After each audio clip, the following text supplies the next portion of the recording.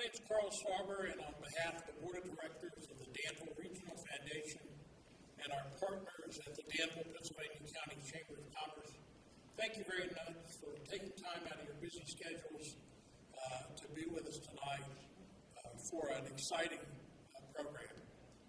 This is the third and final speaker in this year's speaker series. This is the third year of the speaker series. We've had Matora Carter, Jonathan Bryant, Dr. Vaughn Grisham, John Forte, Dan Heath, Rich Carlgard, Dr. Ian Smith, and Sir Ken Robbins. So a lot of talent has been in this room, sharing their ideas and their thoughts and their passions with all of us in this region. When we look for a speaker, we seek out leaders who have changed the conversation through both their actions and their words. And tonight we have another, I think you will agree, star in that regard. Our speaker this evening has spent much of his time and his career reaching out to our young people in order to make them more aware of the importance of being accountable and responsible for their actions in a culture that often sends confusing messages. We have with us tonight Harper, who many of you know as a TV and film actor, who most recently, we now know him as Dr. Sheldon Hawkes. But one of his first TV roles was on Married with Children. And I want to comment on him. He's come from being Al Bundy's sidekick and a dysfunctional family model to being this urbane, sophisticate on a wonderful program today. But perhaps his greatest contribution are as both a writer and a founder of the LA-based nonprofit organization, Manifest Your Destiny, through which he has touched the lives of many young people throughout the country, both in the books he's written and the programs he's done. And on top of all that, he's a national spokesperson for Big Brothers Big Sisters. I'm also excited that this year's Community Read centered on two of the books that he wrote, two of his award-winning books, Letters to a Young Brother and Letters to a Young Sister. With that, ladies and gentlemen, please give a warm welcome to Hill Harper.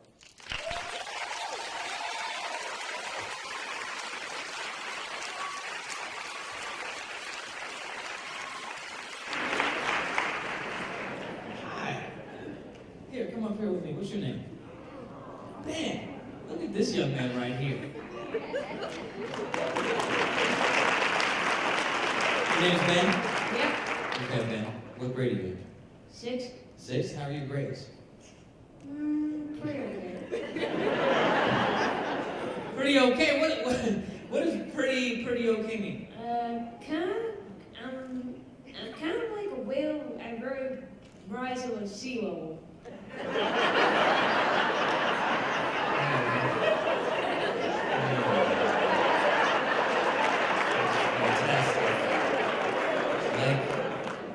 Like how you put that. You know, I actually said sort of, I have a friend who's have you ever heard of a rapper named Common? Not really. Okay. Yes. Well, he has a line in one of his songs, and this is what I realized when I looked at you. Well, one of the songs is, he says, it doesn't take all day to recognize sunshine, right? And I looked at you, and I said, this guy, he's emitting like sunshine, like you are brilliant, you're a genius, you're magnificent. What are you looking at up here? Okay, I'm right here. No, look right here. See, there's a screen with me and you on it, but I'm talking to you right here. Okay. Yeah, stop looking up there. Okay, so here's the deal. I know that you can be excellent. And in whatever you choose to do, whatever you choose to decide to do. So how did you end up here tonight? Well, my mom made me. Your mom made you come. Your mom made you come. Okay. Now, were you upset when she said you had to come? Yep. Okay. really been making me feel better about myself. Now, did your mom give you a copy of one of my books? She did. Did you actually read it? Not yet. Okay, it's summer reading. So will you promise me, just promise me, please, that you will take the time at some point to read that book, Letters to Young Brother? Will you promise? Yeah. Okay, fantastic. And then, will you promise me this, is that you'll go on Twitter and tweet to me and tell me what you thought of it? Yeah. You promise? I promise. Fantastic. Listen. So, everybody, couple things. First of all, it's great to be here. Many of you may not recognize me. I'm sort of sporting a new look. I'm growing my hair out and I'm a goatee out for this movie I'm going to do in June in Philadelphia. It's set in 1982, and it's a really special film. It's called 1982. And I'm excited about it. So my look is kind of changing, and I discovered something about this process. I really can't grow much hair on the side of my face. It's, I don't know what's going on. It's made me feel a lot less manly than I thought I was, because I could just grow it here for some reason. And I think that also to be here in such a fantastic setting, and also to have a turnout like this is wonderful. And I guess someone told me that there was some confusion about me coming here. I just left the Boys and Girls Club of Danville and met with some wonderful, wonderful people. And to me, the work that I do across this country with young people, I never wanted to be politicized. And it seems to me that there was folks who were attempting to politicize the reason why I'm here. I'm here for the Danville Regional Foundation specifically. And I'm here to talk about a few things. Number one, who here has actually read one of my books? So I know that's not very many over here. I thought I was gonna be able to do a talk on a very advanced level, but now that I know so many of you didn't read my book, why are you smiling? You didn't raise your hand. No. Now that I know that many of you didn't read my book, now I have to go back to the beginning and start from square one. So, let's start with this. One of my favorite quotes is a quote from Bobby Kennedy. Bobby Kennedy said, "The future does not belong to those who are fearful of bold projects and new ideas, but rather the future belongs to those who can blend passion, reason, and courage into a personal commitment to the great ideals and enterprises of American society." I will repeat that. It's one of my favorite quotes. The future does not belong to those who are fearful of bold projects and new ideas, but rather the future belongs to those who can blend passion, reason, and courage into a personal commitment to the great ideals and enterprises of American society. And what I'd like to do, for the purposes of this short period of time we have together, is actually dig a little deeper into that quote. But at the same time, share with you something about what I do. This is a letter that I received. It was written on, as you can kind of see, notebook paper. It's handwritten. And my assistant, I'm on the road a lot, and my assistant will take letters and fan mail and different things that I get and kind of put them into a little packet. When I'm on the plane, on the flights, I'll take them out, and oftentimes it's a signature on a picture or what have you. But I was on a particular flight, and she had put this letter in my packet, and I was reading it, and I actually felt really bad for the woman sitting next to me, because on planes everybody's always kind of a little frightened these days, and this letter actually started to make me tear up, and I think she thought I was going to do something crazy on the flight, and I was like, no, it's actually the letter. But I'm going to share with you this letter, the content of the letter, and then I want to talk about it in the context of that Bobby Kennedy quote I just shared. This letter, I'm going to actually read it word for word, so you can see how it's written and the way it was written and the type of language and syntax that was used, and we can sort of let that process as you hear what this letter said. This letter reads, "Dear Hill Harper, my name is Brian. I'm 16 years old, and I'm in jail. I can't use a computer, so I can't email you. I wrote these to someplace in New York, and I hope and pray the facts, these letters to you are given to you some way, because I really want to talk to you about a lot of stuff, Hill. I just finished reading your book, Letters to a Young Brother. It was the best book I ever read in my life, and I mean that. So if Penguin Ink give you these letters, I would like to have your home address so we can correspond back and forth to each other. Like you said in your book, many young people don't have a role model. I didn't have one. That's why I'm in jail. But I have one now. His name is Hill Harper. I really hope Penguin Ink give you these letters, first class. And even if you don't get it, can you please write me back?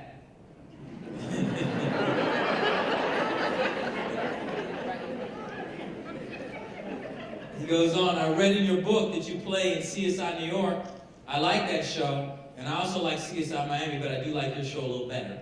That's good. I also read you went to Harvard with Barack Obama. If you can tell him I said hello. If I was at home and old enough, I'd have voted him president. I'll tell you why I'm in jail and how much time I have if you write me back, or even if you get my letter, which I hope you do. Well, that's everything for now. I hope you write back.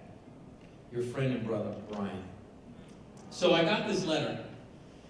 And when I received this letter, first of all, you'll notice it's written at about a 4th or 5th grade level. It says he's 16 years old. So my immediate thought went to, okay, certainly he's done something that is abhorrent to society to end up in jail, but at the same time, where was the educational system bringing him along? And in other words, did Brian fail us or have we failed him? I started thinking about those issues. And I also started to say to myself, well, what resources do I have to catch Brian? What can I do? I have a foundation that was mentioned in my introduction called the Manifest Your Destiny Foundation. And I decided here that a young man with a 16-year-old young man with a 3rd or 4th grade level education, he must have really had to work hard just to read my book. How much time did it take him to read and struggle through the book, to finish it and actually understand it, and hopefully it seems to be impacted by it? So I said, you know what, a young man who has the courage to sit down and write a letter and be vulnerable from jail, because what happens, I work with a lot of incarcerated individuals, most of the young men become more hardened. They don't want to ask for help. They don't want to admit that they're vulnerable, that they need help, so they develop harder exteriors. So what type of courage this young man must have had to reach out and send this letter? So I said, you know what, I was going to use my foundation and the resources that I had to catch him. So as soon as he was going to get out, I was going to make sure, one, we were going to get a tutor, he's going to get his GED. And then two, I was going to make sure we're going to get him into a junior college or some type of college, and my foundation was going to pay for that. And three, I was going to use every resource and tool I had to have a major intervention in this young Brian's life. So by the time the plane landed, I had basically planned out Brian's life. I planned the rest of it out. I said to myself, the best thing this young man ever did was to write that letter. And so I told my assistant, I said, let's start making some calls. So let's call the people, let's find out where he is, let's do this. Turns out he's in Louisiana. Tracked him down, figured out where he was. I called, ended up on the phone, it was a long route, but ended up on the phone ultimately with a warden. And told him exactly what I just told you, that I was going to have a major intervention in this young man's life. And the warden, paused for a minute after I had spoken so passionately about intervening in Brian's life, and he said, well, Mr. Hill, he called me Mr. Hill, even though that's my first name. I don't know why he did that. Mr. Hill, you seem like you're a very well-intentioned young man. I said, well, absolutely. He said, well, I hate to break it to you, but in this case, you're not going to be able to do too much. And I said, well, Warden, why is that? He said, well, you got to understand that, Mr. Hill, you'll be dead and I won't be the warden anymore by the time this Brian gets out. I said, well, we tried him as an adult, and he's going to be here a very long time. And right then I was struck, thinking about how many Brians and Briannas are out there that we don't catch before it's too late. And I was really upset. It really bothered me because for Brian, it's too late in certain ways. And that's not to say he can't actually make a difference. But for the work I was going to attempt to help him with, it was too late. But where was I before he committed that crime?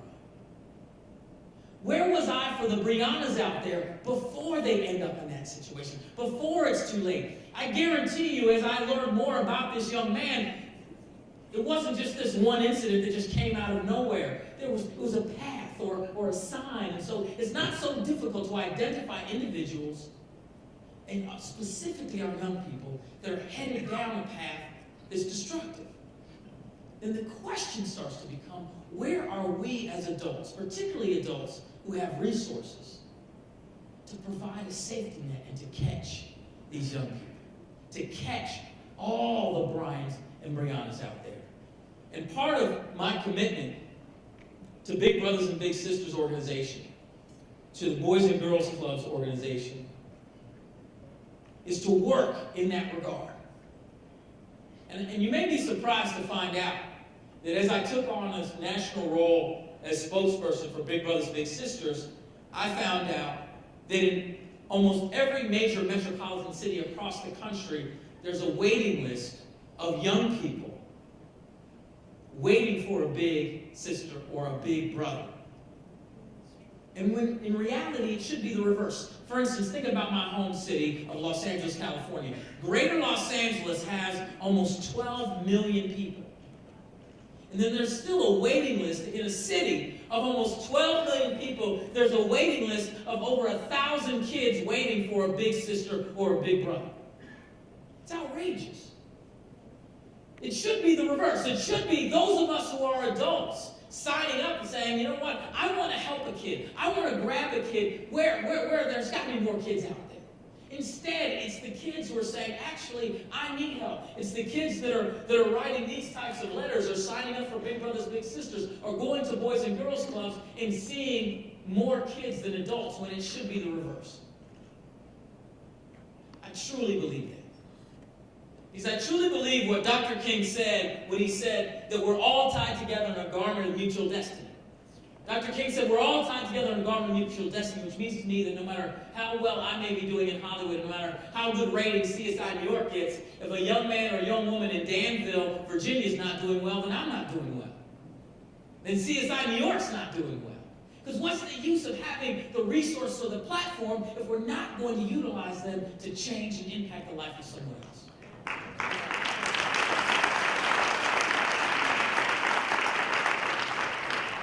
So, how do we do that? How do we have impact? How do we actually live lives of legacy? And I talk about this in my books. I talk about this idea of being active architects of our own life. Being active architects of our own life. And I truly believe that as we think about our lives as individuals, when we think about our families, and then we expand that to our communities, we expand that to our cities, our states, and our country, if we think about this idea of being active architects, we can approach these issues as architects approach building a structure. So, is there an architect here in the house? There's got to be. My whole talk rests on there being an architect here. There is one I saw. So, okay, is there somebody who's dated an architect? Okay. You haven't dated an architect? Okay, good. You're the mother of an architect. Okay, that's almost, this is good. Okay, good. What is your name? Patrina. So being the mother of an architect, you can shed some light on this for us. Patrina, could you please tell us, knowing what you know about architects, this is a very simple question. What would you say, just generally speaking, very simple layman's terms, in terms of architecture, what would the goals and dreams of an architect be? To build. You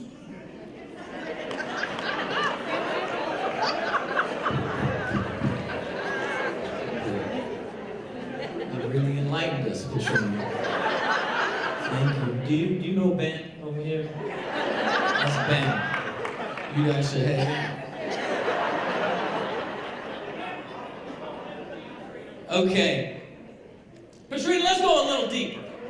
I know I asked was very simplistic, but let's go just a little deeper. What would, just think of a little bigger, what would really the goals and dreams ultimately of what an architect, what would you say they would be?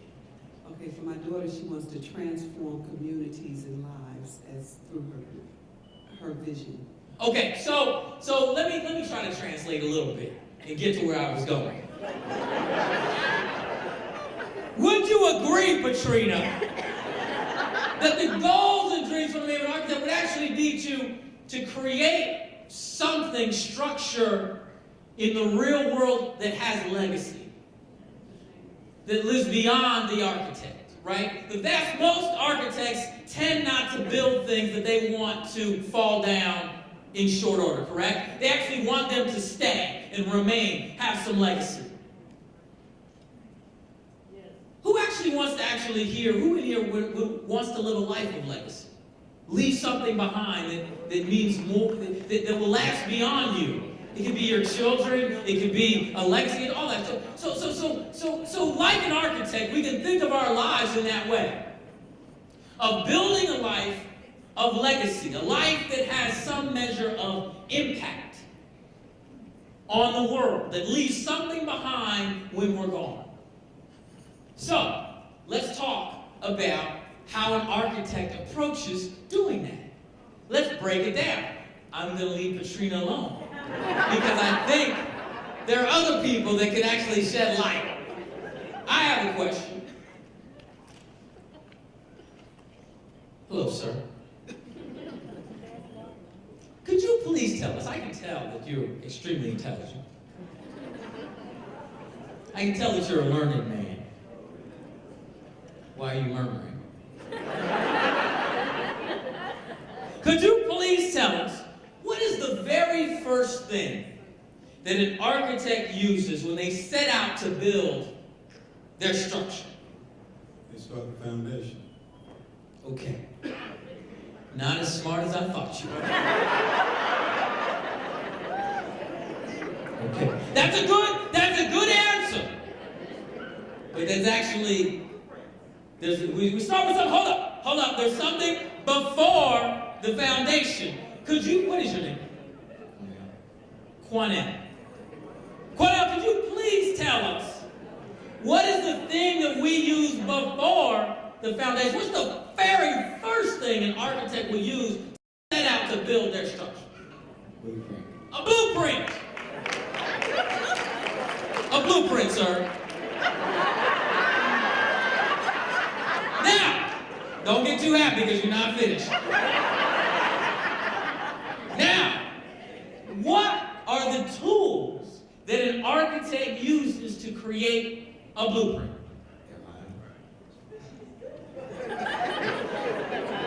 He just said their mind.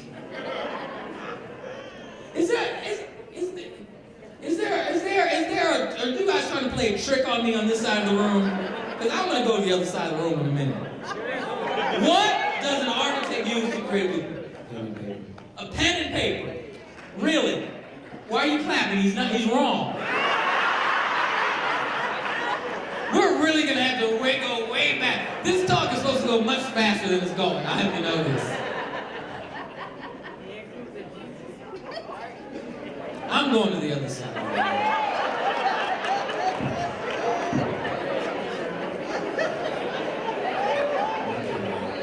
Hi.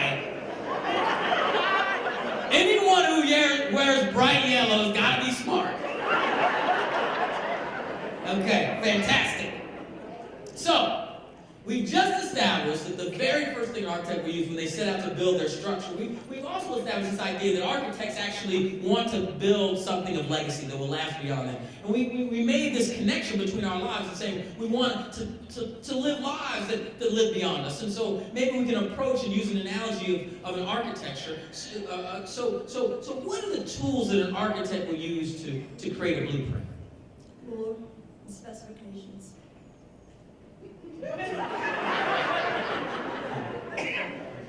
It's okay. Actually, it's my fault.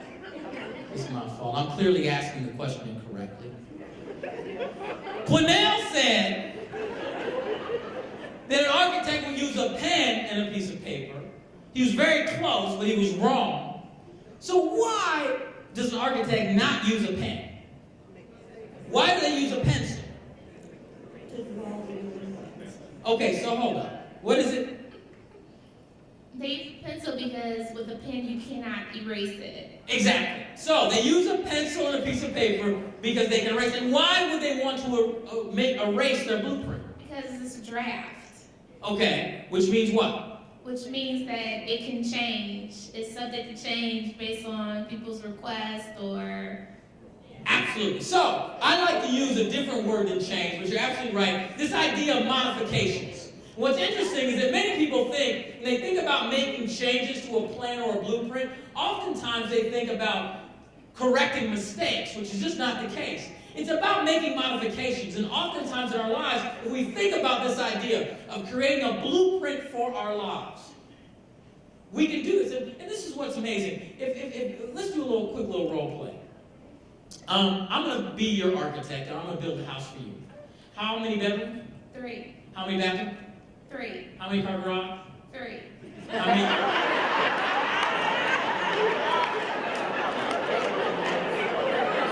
How many pools? 1. Okay, good. Good. So we're gonna do a 3-3-3. We're gonna do a pool. You know, do some other things. And I would say, and what's your name? Takesha. Takesha, I say, Takesha, listen, I got you covered. I'm going to do this. You're going to pay me, and I'm going to make it happen. You want to see a few things before you gave me the money, right? What would you want to see? I would want to see a draft. You want to see the plans. But Takesha, what if I said to you, you don't need to see the plans. I got them right here. What, is that acceptable? You would not get paid. So that's unacceptable to you. It's unacceptable. Yet, most of us in life actually do that with our own lives. We would expect more specificity from an architect building our house than we expect from ourselves building our lives. The vast majority of people you talk to, they can raise their hand when you ask them, do you have goals and dreams? Yes. You say, well, what's the plan or what's the blueprint you've sketched out for them? They say, well, I haven't really written it out or sketched it out. I have it right here. And what's amazing about that is that it allows us, when we keep our blueprint, our plan for our lives up here, it allows us to do something that I think most of us do. It happens a lot in Hollywood too. I call it shape-shifting. We always move the ball because when you don't write something down, the beautiful thing about having gone to Harper Law School is that we learned a lot. You know, one of the classes I had to take was contracts. And contracts do one thing. They create accountability. They create accountability. And most of us don't make contracts with ourselves. Most of us aren't actually accountable to ourselves. What we do is we move the ball. And that's why we need folks, and oftentimes it happens with generations that are ahead of us. You notice it when you're a little younger. Somebody you know, could have been your parents or your grandparents, they had these goals and dreams when they were young. And then somehow they shape-shifted and changed and said, well, I didn't really want that anyway. Rather than saying, you know what, I did want that, but I made a modification or a change to my plan based on new inputs. And so the blueprinting process is critical. Blueprinting is the first step of being active architects of our own life. And now, what's interesting about the second step is what's the first thing an architect will build on the land when they actually go to build the brick and mortar. We have the land, we have our blueprint. What's the first thing we're going to build that structure? The foundation. Yes. Yes.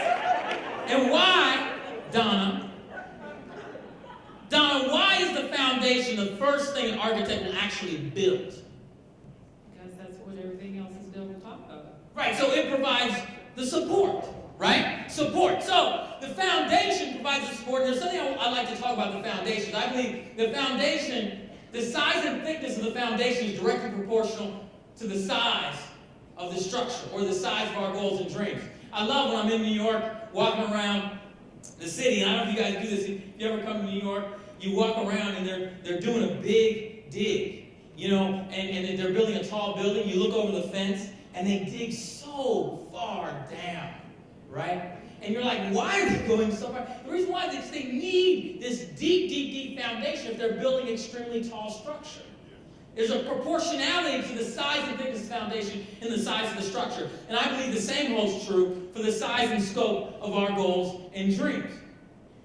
So to the extent that we have big goals and dreams, we need a thick foundation to support them. And so there are foundational elements such as education, which is one of my main things. That's what my foundation works on. Education, education, education. It's a fundamental foundational element. Other foundational elements are family, faith.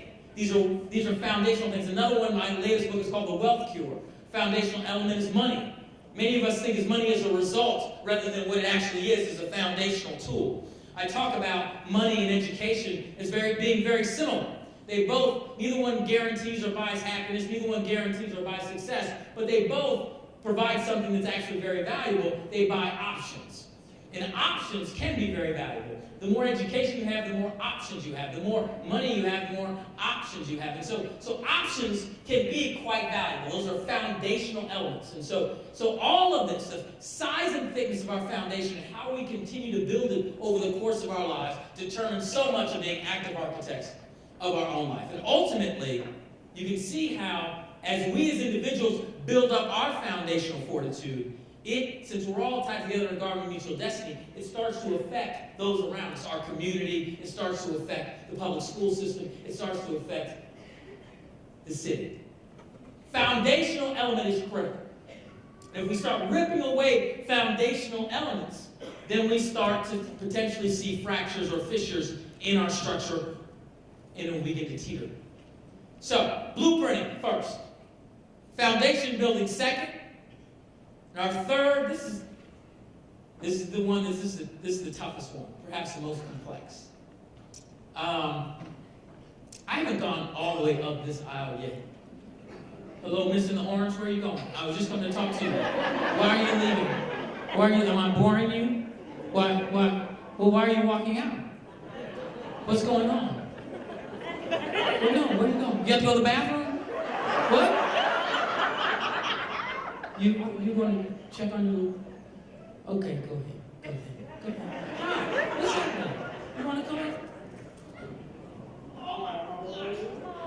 Okay, what's happening? What's going on? Okay. So, here's the deal. So, whoever can answer this question gets a prize. This is your prize right here. This is your prize.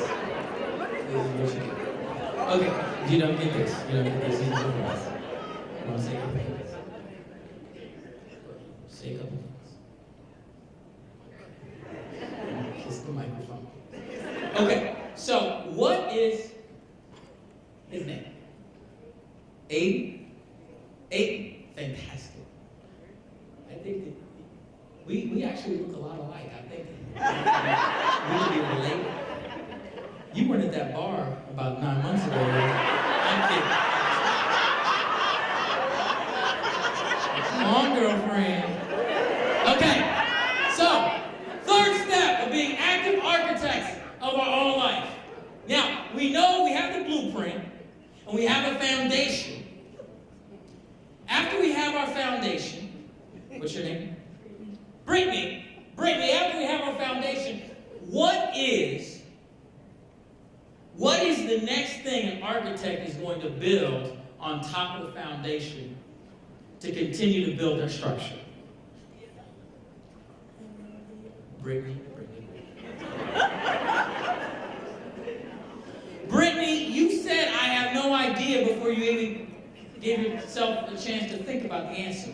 I can't stand that when people do that. There are certain things in life that I can't stand, and it's when people actually don't take the time to think. They automatically go to the default of, I don't know, I have no idea. When you do know, you have critical thinking capacity to figure it out. So Brittany, we're all going to be here till midnight.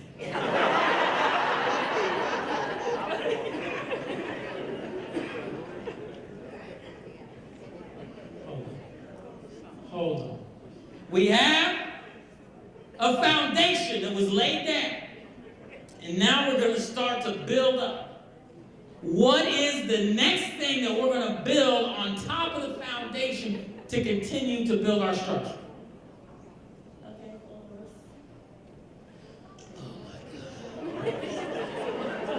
Listen, this is part of the problem in our world today. People who have all the wrong answers are really ready to share the wrongness. Someone said, floor, floor, girl. And Brittany said, floor. Sometimes the best thing to do if you don't really know is to be quiet. Because it actually makes it worse if you're sharing misinformation. I like the idea of using the resources around you, but they actually have to be valuable resources. So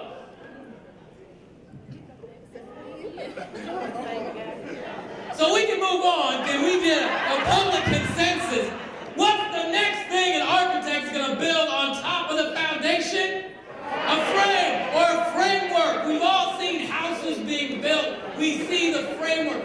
The framework is actually the thing that actually supports the structure. You can see here, most buildings hide the frame, but you can actually, they hide behind the walls, and most people think that it's the walls holding up the structure, but it's the frame. Now, if we were able to like knock through here, you'd see there's this huge steel plank that goes up, and then you can see it connects to another one that's hidden that goes there and connects to that one. And then there's a steel one there, a steel one there, another steel one here that goes up. So when this structure was being built, what you saw first was the foundation that we're standing on, and then a steel beam goes in here, here, here, here, and then these steel beams across. And it's actually these beams connected to the foundation that's actually supporting the structure.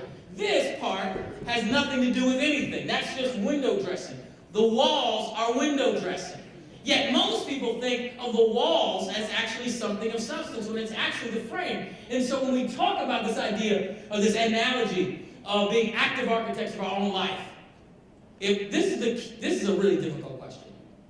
If you get this right, you get a prize. These other questions haven't been prize level.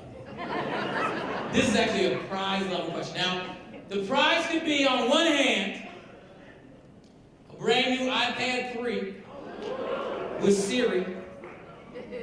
Siri, you can talk to Siri.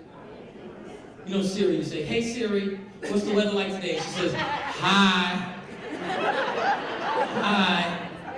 It's gonna be 67 in Danville. Siri talks to you like, Siri's actually my best friend. I don't have a lot of friends. Yeah, I feel sorry for me. Your name is Siri? So, your prize is either an iPad 3 with Siri or a very firm handshake. Or somewhere in between. So, who can tell me, and I need you just by raising your hand, don't shout it out. Who can tell me, running with this idea of being active architects for our life, what would the framework for our lives be? What is the framework for our lives? If we've already established foundational elements like education, family, faith. What is the actual framework for our lives? And I would suggest that if you don't know the correct answer, put your hand down.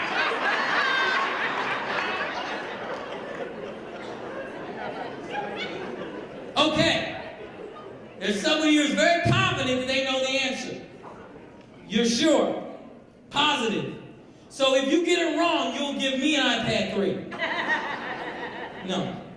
Oh, can I have that jacket you're wearing? Can I have your sneakers? So what do I get if you don't get it right? A handshake. Very well thought. I like that. Sir, what is your name? Deshaun, Deshaun, what would you say the framework is for our life? your goals? Deshaun, that's a wonderful, beautiful answer. But for the purposes of this discussion, it's absolutely wrong. Who else can tell me what the framework is? Come here. Come here. What is your name? What is your name? Kiara. What would the framework be for our life? Kiara says our morals. That's a beautiful answer. Phenomenal, actually. But for the purpose of discussion, it's absolutely correct. This is much like when I went to Harvard Law School, they did a teaching method called the Socratic method, where they walk up to you and ask you questions. If you got it wrong, the professor would actually try to publicly embarrass you. I'm not going to do that to you. Because why? What grade were you in? I'm in 12th grade. 12th. Where are you going to college? Harper University. Harper. Fantastic. What are you going to study? Athletic training. Athletic training. And now, who do you mentor or work with young people? You took you too long to answer. That means no. Sit down, Kiara. Start mentoring. You're going to college. You're a role model. Do something with that. Get it. Go. Just go. Just go. Listen. Whenever you start an answer with that means it's not true. You're buying time to think of an untrue answer. Put your hands down. I'm going to give you guys a hint as to what the answer is to this question. And actually, I'm actually going to say the word in this hint. Put your hands down. The framework for our lives will be described in this story. I have two houses. I have a house in Los Angeles and I have a house in New York City. They were built by two different architects. Now, what's interesting about them is that they're roughly the same size. Same number of bedrooms, bathrooms, etc. So the foundation of both houses, very similar size and thickness, because the foundation is supporting a similar size structure. But the framework the architects chose, two different frames or frameworks. One, the frame was wood, and one, the frame was brick. Now, this isn't the question. This is the easy question. Which is which and why?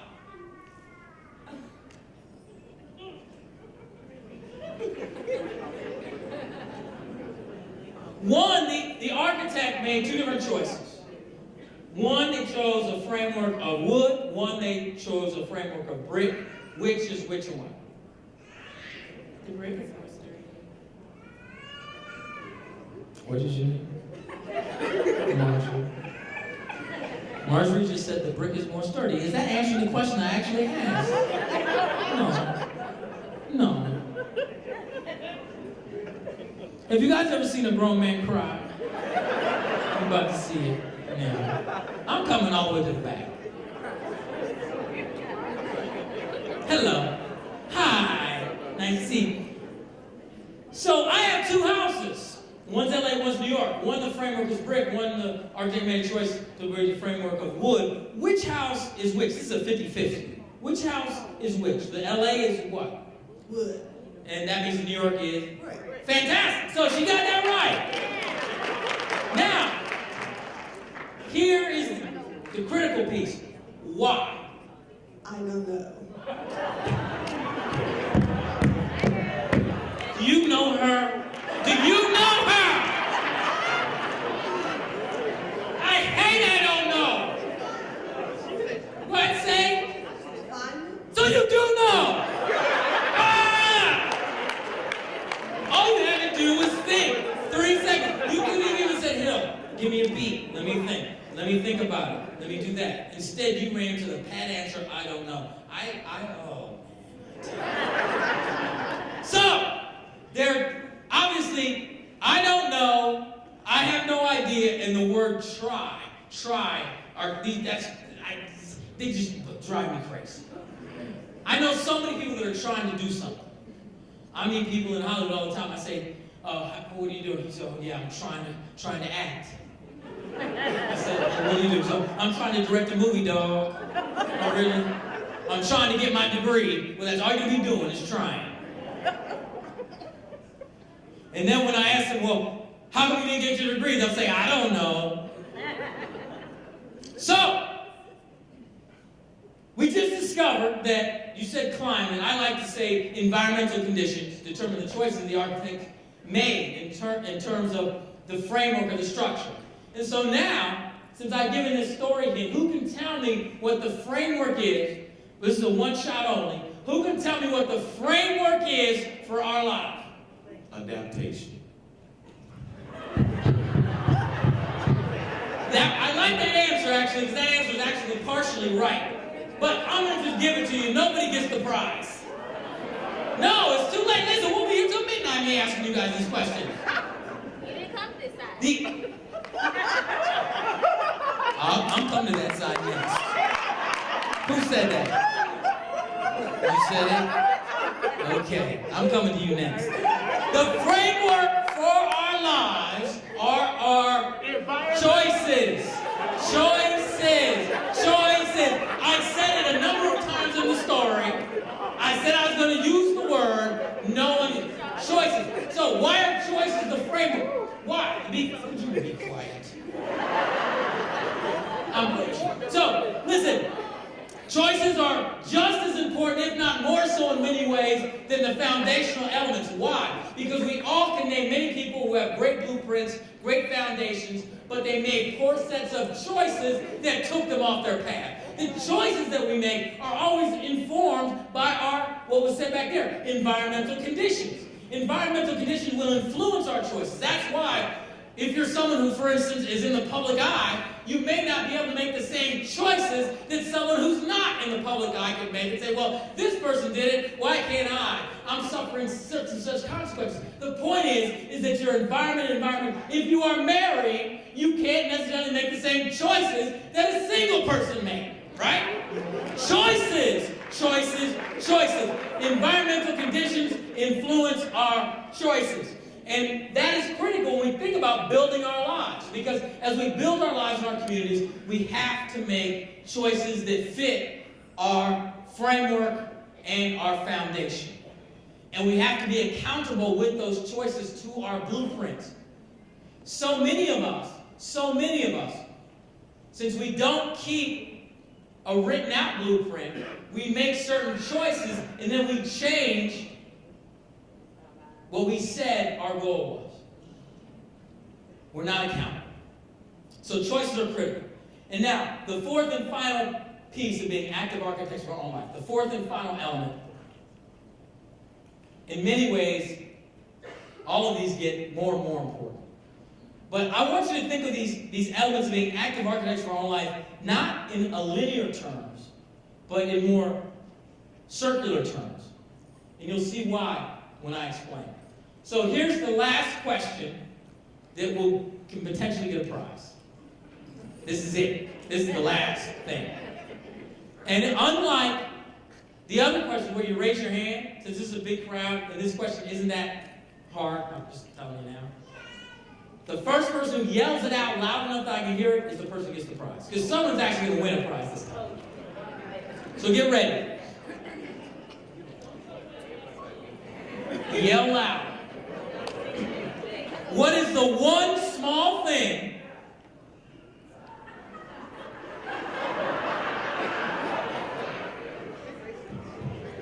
Okay. Is Ashton Kutcher going to jump out now and say, I'm being punked? Just come out, Ashton.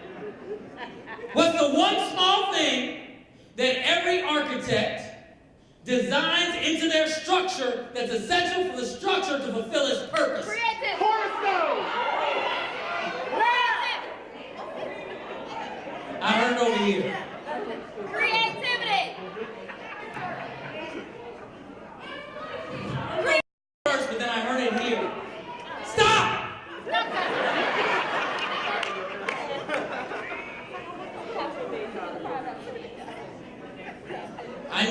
the people around you to confirm this. Someone over here said it. I heard it. I don't know who it was. But then I heard it over here right afterwards. The answer is door. Who said it? Okay, nobody gets the promise. I'm sorry. This is horrible. Listen. A door! What's the one small thing that every architect designs in their structure that's essential for the structure to fulfill its purpose? A door. Why? Because if people can't get in, the structure cannot provide shelter. It can't fulfill its purpose. And I would suggest that the fourth and final element of being active architects for our own life is that of a door. What do I mean? What is a door for us? It means opening doors to new people, new ideas, new information. The vast majority of us, no matter who we are, privileged or not privileged, we tend to spend time around the exact same people. And we tend to recirculate the same information. Some of it quite true, some of it not so true. And what happens is in recirculating the same information around the same circle of people, we get very locked in, or what I call very myopic ways of viewing the world. And the way to expand and to inform new ideas, new information, and be innovative is to actually open doors to new people. Bring them in. That's why diversity and diverse ideas is actually a better state. It's a more efficient state. Because when we go back to Bobby Kennedy's quote, the future does not belong to those who are fearful of bold projects and new ideas. Bold projects and new ideas means innovation. And what's made our country great historically is we've been innovators. We've been the country that's been able to push and do new things, bring up new ideas. The greatest business successes in the history of this country came out of innovation. Yet, if we continue to circulate information and spend time with the same people and be very insular, we don't innovate. A great example is a lot of the young people I work with. The first thing they do whenever they go out into like public, they're riding a train, or they're on the subway, or they're on the bus, or they're on a plane, or whatever, is they put their earphones in. And I said, what's interesting about that is that if I walk around with my literal earphones in, or my metaphorical earphones in my ears, I don't actually take the time to meet new people, to exchange new ideas and new information. And I end up stuck with whatever my parents and their parents passed on to me, and whatever my community passes on to me, rather than expanding. Today, technology allows us to open doors to so many new people. I'm on Twitter. You can tweet me tomorrow. Tweet me tonight. We can stay connected. So many different ways, through Facebook, and LinkedIn, so many different types of social media. The point being, there's also more information available at your fingertips, at your local public library for free on the internet than I had for myself at the Harvard Law School Library. So there's no excuse for not knowing anymore. Doors. Now, doors also do something else. They let people out. And I would suggest to you that the vast majority of us have people in our lives that we actually need to let out of our lives if we're going to get to where we need to go. But I call those people toxic associates. And what happens with toxic associates is that they begin to project fear onto you. If you've read any of my books, for me, fear stands for false evidence appearing real. On my TV show, CSI New York, I deal with dead bodies all the time. So I'll be doing a scene, and Gary Sinise's character will walk up, and he'll say, "Hawks, what's going on?" And I'll say, "Hey, Mac, we have aorta bullet stuck in the something, whatever." The point is, I'm in the scene, and director yells, "Cut!" The dead person will stand up, and sometimes I'll jump a little bit. Because they really seem dead. And it was scary, dead person moving, And so, but what's wild about that is that false evidence appearing real. The makeup artists are so good that it appears real. And for most of us, toxic associates, what they do is that they project fear onto us.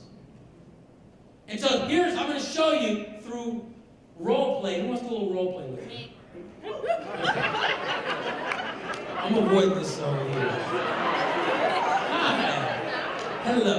So, we're going to do a little role play. This is the best way to determine the difference between a toxic associate and someone who, and I'm going to tell you what it should be, someone who should be on your personal board of directors.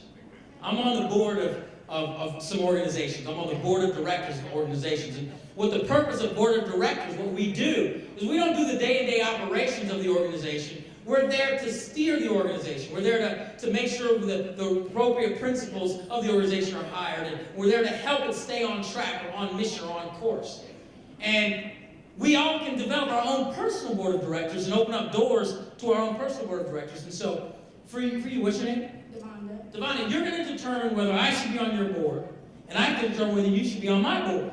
So to determine that, we set up a lunch, and we go out to lunch, and then I call you. I say, well, what do you want to eat? Subway.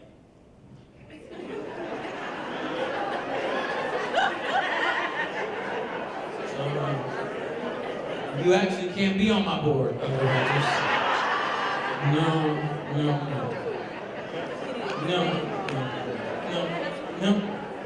No, she can't be on my board. I'm going to come over here. Miss knowing all the answers. Okay, now it's time to know all the answers. So, what is your name? Erica. So, Erica, you're going to determine whether I can be on your board of directors, and I have to determine whether you can be on my board. And so, like this last day, we set up a lunch. Call you up. What do you want for lunch? Chinese.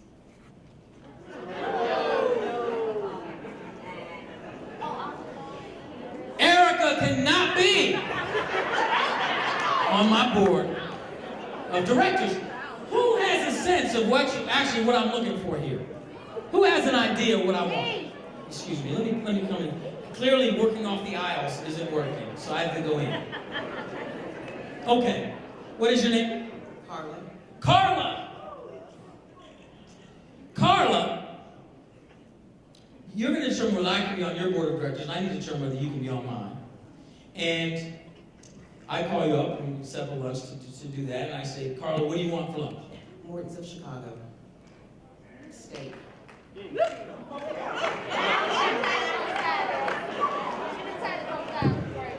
This is so hopeful for Carla. Carla is amazing, and I want her on my board. But given that answer, she can't be on my board of directors. Who knows what I'm looking for? Who knows? You know, because this example is going on way too long. Who definitely knows? Oh, no, you don't. Hi. What is your name? Elva. Elva and I are setting up a lunch to decide whether we should be on each other's personal board of directors. And I call you up and I say, well, what would you like for lunch? And you say, What would you like? Elva's on my board of directors!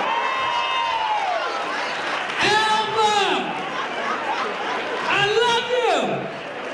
I love you! So, this is what the deal is.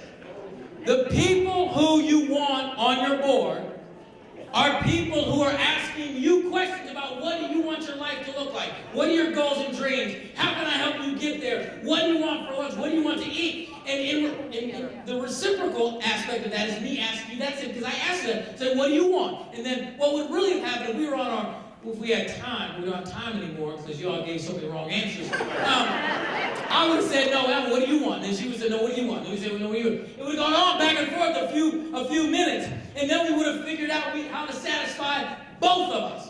Instead, most of you, in this example, projected onto me what you wanted, rather than asking me. And that's what we do in life. So many of us, we tell people, you know what you should be doing? You know where you need to go? You know what you should study? Do you know what job you need to take? You know what you should buy? You know what looks good on you? You know what doesn't look? You know what?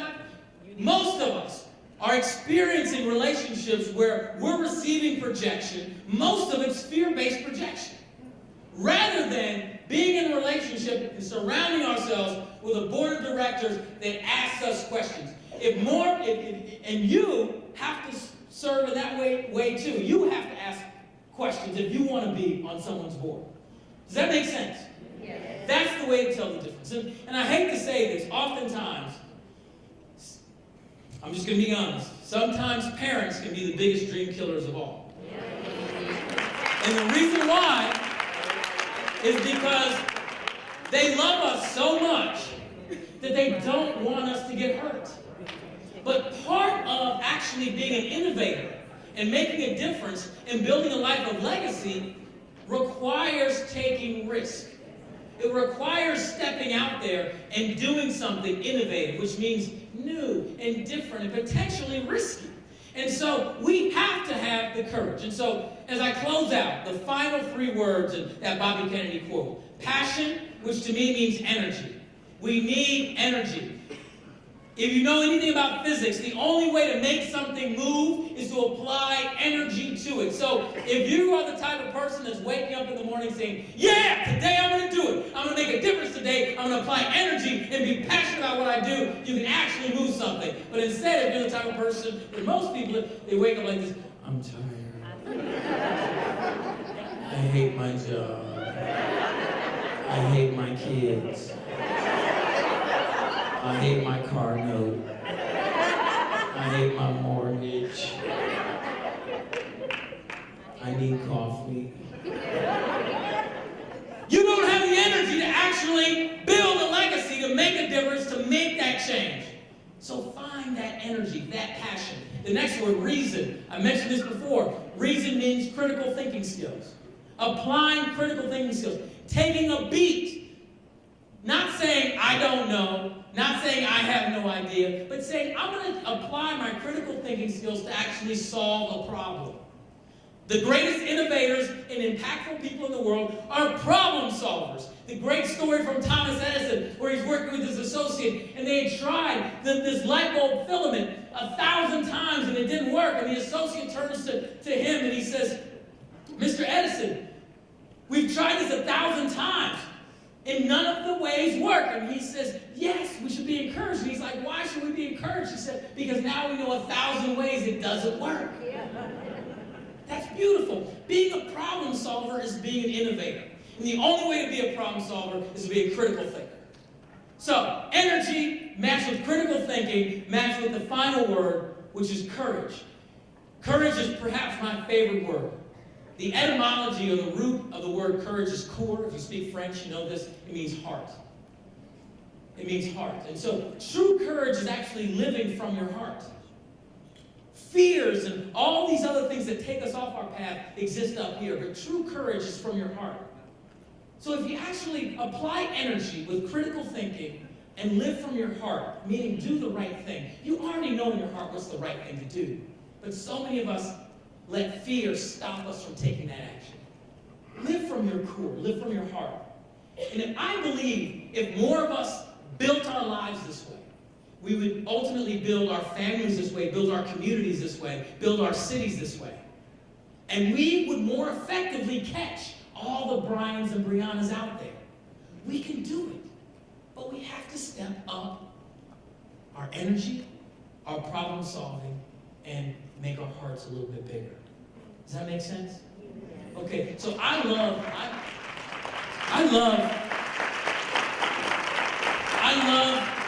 affirmations, because I find that for me, one way I need to combat a lot of the negative things that come is that I use affirmations. And what affirmations are, it's just choosing to repeat something that's in line with the way I ultimately want to live. So I'm going to give you guys just an example of one. And this is where I want to kind of close out. I know that I think we're going to do a Q&A after that, if those of you have questions. But I want to finish with this. Will you say this with me? With a little energy. I will not allow fear to stop me from taking the actions my heart knows I should take. Instead, I will act from my core. And in so doing, give other people permission to do the same. Thank you, guys.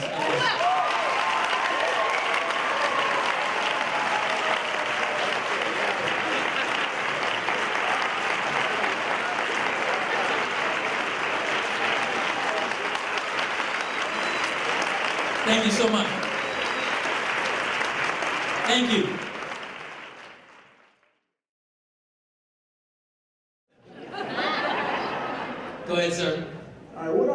like the things that you do with like Boys and Girls Club? Well, what I do is I have a foundation called the Manifest Your Destiny Foundation.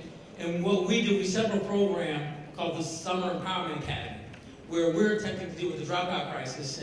And we found that we want to work with young people before they get to high school. We want to work with them in that transitionary summer between 8th grade and 9th grade. So we have this free summer called Summer Empowerment Academy, where it's basically a summer camp that if you apply and you come and you're going into the 9th grade, you're fed for free, we take care of you, there's no cost to the young person. And we hopefully inspire, encourage, and get them prepared to be very successful in high school. And then we meet one Saturday every month during their freshman year to hopefully keep them on track. We also have a college counselor that we use, because what I found in many public schools across the country, the budgets have been affected so badly that I was at a school the other day where there were 4,000 students but only 2 counselors. And the counselors told me that the only thing that they had time to do was to hand out junior college forms. And so there are many students there that may not have family that's ever gone to college. They don't even know how to apply. But these counselors, they don't have the resources to be able to help figure out who those students are, because they can't meet with all those students. In a school year of 200 some odd days, how are you going to meet with 4,000 kids? Just do the math. 2 people is not enough. So I'm attempting to fill in some of those gaps with my program, and hopefully we're going to expand nationally. Right now we're just in Los Angeles. We do have people come in from out of state to participate, but right now we're just in LA. Okay, thank you for that question. Yes, sir. Did you want to become an actor? You sound like my mother. He asked me what made me want to become an actor. You know, when I went to college, I went to Brown University, and I actually played football in college, and I loved sports. And I needed a class my freshman year that met at a time when it finished early enough to go to football practice. And there was an acting class. It was called Voice for the Actor Shakespeare, Theater Arts 21, taught by Professor Barbara Tannenbaum. And I took that class, and I really fell in love with the art of acting. But I still didn't know if I was going to do it as a career. It was something that I enjoyed and I knew that I was good at, but at the same time, I didn't know what I wanted to do. So I ended up taking more acting classes and learning more and sort of doing what I did, building my foundation in acting. But I still didn't know, so I wanted to go to grad school. So I decided to go to Harvard Law School and also the Kennedy School of Government. So I did a JD MPA. I got my master's in public administration. But while I went to Harvard, I joined a repertory company. So I kept acting even during that time. I'd go, Harvard's in Cambridge, Massachusetts, which is basically Boston, Massachusetts. And I would take the train from Boston to New York and audition for plays. And so my acting career kind of organically grew out of a love and a passion for it, and just an enjoyment. Have you taken any acting classes? Looks like you could be a great actor. I can tell. Yes, Wes. Oh, no. Hi. So, you said that my answer about morals being incorrect. How is that so when our morals influence our choices? The morals fits, to me, and I'll be honest, morals fits more in the foundation category. Morality, faith, family, confidence. These are things that are foundational. And if your morals are wrong, then your foundation is off, right? Your foundation is going to be off. And so those things have to be plugged in foundationally speaking. They're like the beginning. Your morals are where things start. And so morals is a great answer, but it just fit in a different category than the framework piece. It fit in the foundation category. Does that make sense? Morals to me are the foundational elements for our lives, or one of. There's many, many, many foundational elements. But they kind of fit under that faith piece as well. Because I think in many ways, faith, morals, these types of things start to work together or in concert. Does that make sense? Fantastic. Hill, I think there's a gentleman to your right. If you want to... Yes, You want sir. to stand, sir? We can't ignore this side of the room either. You have an head over there. We was wondering if you could be a spokesperson for our organization. What is your name? Devontae! Devontae, you asked that question very interestingly.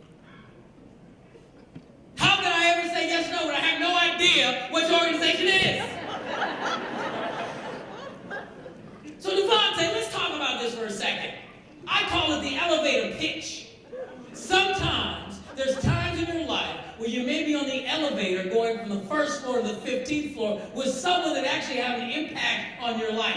And you only have the time to go from the first floor to the 15th floor because you know as soon as the elevator doors open, they disappear. So you have to have the pitch spot on, perfect, and right. You have to think about it before you say it. You choose your words carefully. So number one, what should you have done in your little elevator pitch? Number one, you should have actually informed me about who and what the organization is and how fantastic it is. Two, very quickly, you would have then said, the thing that we're missing is a spokesperson, and we think you'd be right for it because of this, this, and this, because you were on Google researching me, and you can say something personal like, I know your mom's name is Marilyn, so's mine, you know. You do something like that, and I go, ooh, well. And then you close it off by basically making an offer I can't refuse. By giving me a carrot, like saying, and to further incentivize you to do it, because incentives are always good. Further incentivize you to do it. If you do it, Hill, I know you have 230,000 followers on Twitter. I'm going to get you to 250,000. I'm going to reach out to my core network of people who I wouldn't know who they are since you didn't tell me anything about yourself. So the answer is no. I will not be your spokesperson because I have no idea what I'd be the spokesperson for. So maybe you'll get another chance to ask me. I don't know, because the elevator door is closing.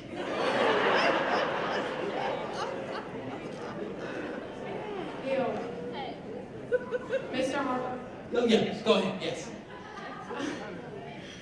My name is Naomi Tarpley, and I'm from Martinsville. And I was just wondering, what was your inspiration to write letters to a young sister since you're a male? It's a great question. The first book I wrote was Letters to a Young Brother. And what happened with that book is that I was very honored that it won the American Library Association Award for Best Book for Young Adults. And that meant that every library in the country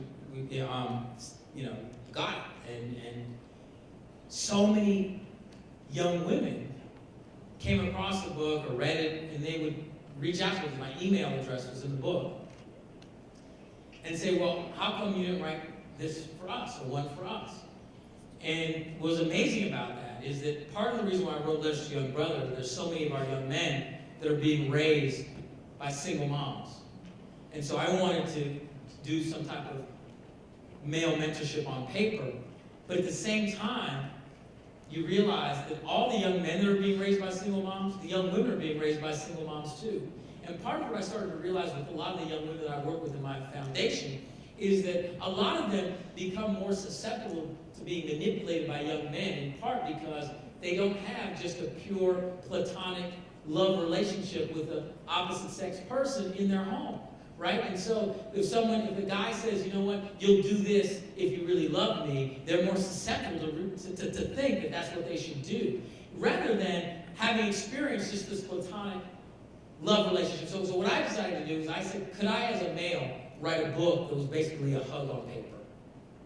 That's what Letters to a Young Sister is. It's me bringing together so many influential women as contributors to talk about issues around becoming, going from young womanhood to womanhood, and then my parts would be basically a hug on paper, saying that you're beautiful, that you're magnificent, that you're wonderful, because so many of our young women don't hear that from a man who don't expect something in return for it, right? So, that was the challenge. Could I do that? And so, hopefully, have you read the book? So hopefully, I don't know what you think, but hopefully that's what came across. Did you like it? You sure? Okay. So let me give you a real hug.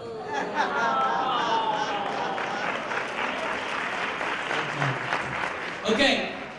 Yes. My name's Carter James, and I want to know if there's anything else if there was something else you wanted to be before you became an actor.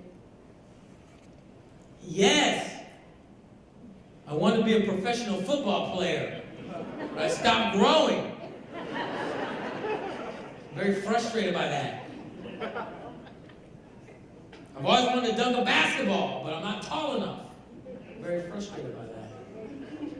And I also wanted to be an astronaut and go to Mars, but we never made that trip. No one has been there yet. And so it's going to take somebody who's a little younger to do that. So how old are you? 11. 11. Have you ever thought about being a scientist and going to Mars? I thought about being a scientist but not going to Mars. Why not? You don't want to go to Mars? You don't like Mars? By the time I'm eligible to go to Mars, that's going to be closed down. By the time you're eligible to go to Mars, NASA's going to be closed down? Why is NASA going to be closed down? They're taking all the spaceships and stuff into museums, and they don't. And NASA has a budget, and they don't. I saw it on the news. That's all. You saw it on the news, so it must be true. What were you watching? My dad brought us into his room to watch them. Okay, so here's the deal. Who is this they, by the way? Who's they? I hear they. Who's they? That you're referring to?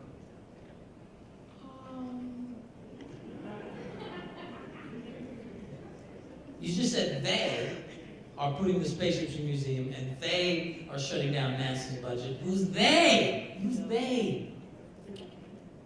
The government! The government is us. You're they. I'm they.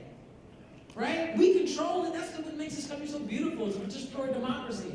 If we participate, we actually have people who represent us in government, right? So if you want NASA to continue or some other space exploration program, you can take a leadership role in making that happen, and they is you, right?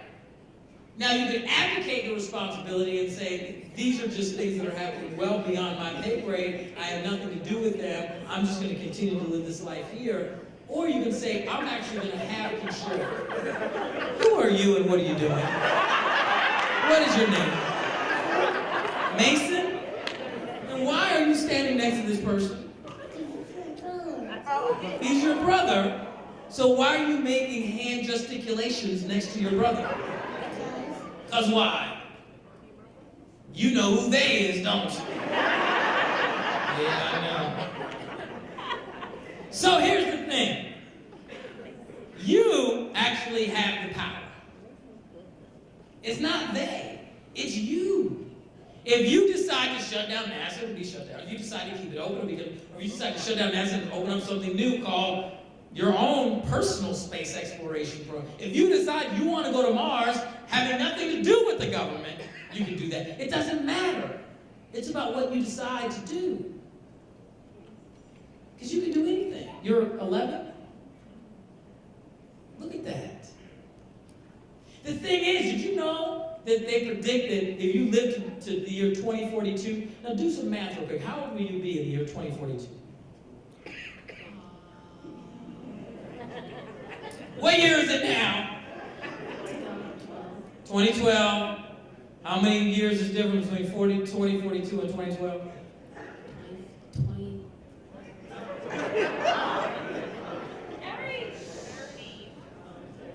It's okay. It's okay. We're going to fix our public. Where do you go to school? Carlisle, is that private or public? Private. We got to fix Carlisle. We got to fix Carlisle. 30 years. So if it's 30 years away and you're 11, how old will you be in 2042? 30 years away, and I'm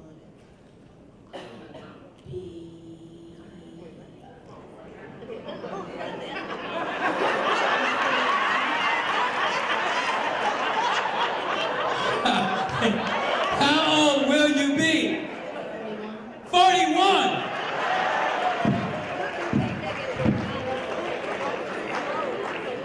I'm at to drop by Carlisle. 41, you're absolutely right. And what's interesting, they predict that if you live to the year 2042, when you'll be 41 years old, that you'll then be able to live another 300 years. Minimum. Why? Because if you can afford it. Why? Because you will be able to regrow tissue. So your brain can stay the same, and you can regrow a new heart, a new arm, a new lung, and you can just live as long as you want, as long as you can afford to pay for that new heart, lung, and all that, right? So you have plenty of time if you make it to 2042. So you don't have to solve NASA's problems in the next 10 years, 15 years, 20 years. You can solve in the next 300 years. Does that make sense? So I'm expecting magnificence and brilliance from you because you have another 341 years to live. It's fantastic. I'll be long gone. I will. But don't mourn. I know you guys are upset. Okay, last question. I got a two-part question. Okay. One is, when you have limited resources, how to help, because I get intimidated I don't have a lot to do with the big brother system, because you have to have money to do a lot of stuff with the kids. Interesting point. You're absolutely incorrect. Did you hear her question? She said, when you have limited resources, it's more difficult to help. In fact, she chooses not to because, for instance, she said to be a big sister, as she would be, you have to have a lot of money to take care and help the kids and hang out with the kids. And it's absolutely wrong because at the end of the day, and it's a misnomer, and I'm glad you said that because I'd like to clear it up for the organization's purposes. And this isn't just Big Brothers Big Sisters, Boys and Girls Clubs, or any type of mentoring organization. It's about your time with the kids. It's not about the activity. And I'm serious. The thing about it is, and I talk about to organizations all the time because I get invited to a lot of corporations to do a similar talk that I do to the management, upper management, and executives. And we do a talk that's kind of similar but a little different. And then I ultimately at some point talk about public service and being able to get out of the office and doing something outside for other people. And it's about including them, the young people, in what you're already doing. In other words, the way I did it as a big brother, I have a lot of different things that I'm doing, and I'm quite busy and I travel a lot. But I always my father taught me, I attempt to be home on Sundays. Sunday evening dinner is like something that my family used to do, is make sure we had a Sunday evening supper or dinner. And so that's what I tend to do. So the one thing I did with my little brother was all I did was invite him into my Sunday dinner.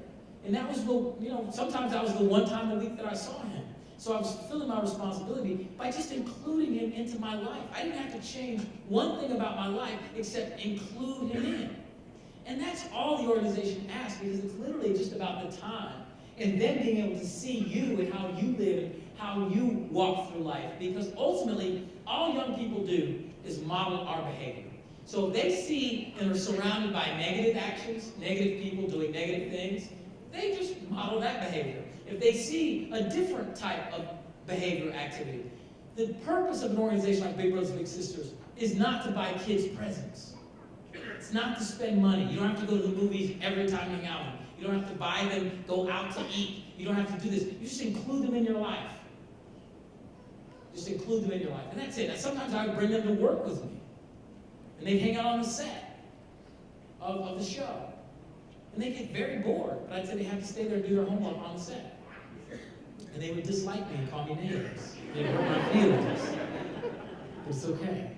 So no matter where you're at coming from, no matter what resources you have resources to help somebody else. And you can. No matter what. No matter who. You will. And that's how we build. And you'll find, I believe, if you do it, you'll get as much back from your little as you get to them. And it becomes this reciprocal relationship where your life actually improves in so many ways. And so it's special. So never, ever, ever discount your ability to make a difference in someone else's life. Never. Because you are magnificent, you're brilliant, you're incredible, and you can have impact. Right? Second question, no, sit down. You can ask me another question when you become a big sister. Sit down.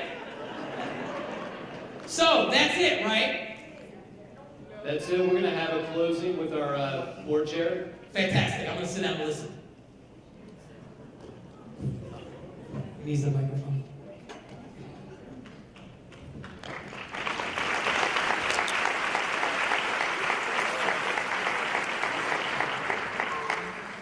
On behalf of DRF and the Chamber of Commerce, we would like to thank you for the wonderful message this evening and for the challenge that you left with us. To our audience, we would like to thank you for participating in the community read and in this speaker series. This concludes the 2012 speaker series. As Matt mentioned earlier, there is a little form in your seat. It has a couple of questions that are important to the work of the foundation and how you might help us with that. We ask that you please fill it out and leave it in your seat. Someone will pick it up for you. Thank you again for sharing with us this evening. Good night and stay prayers.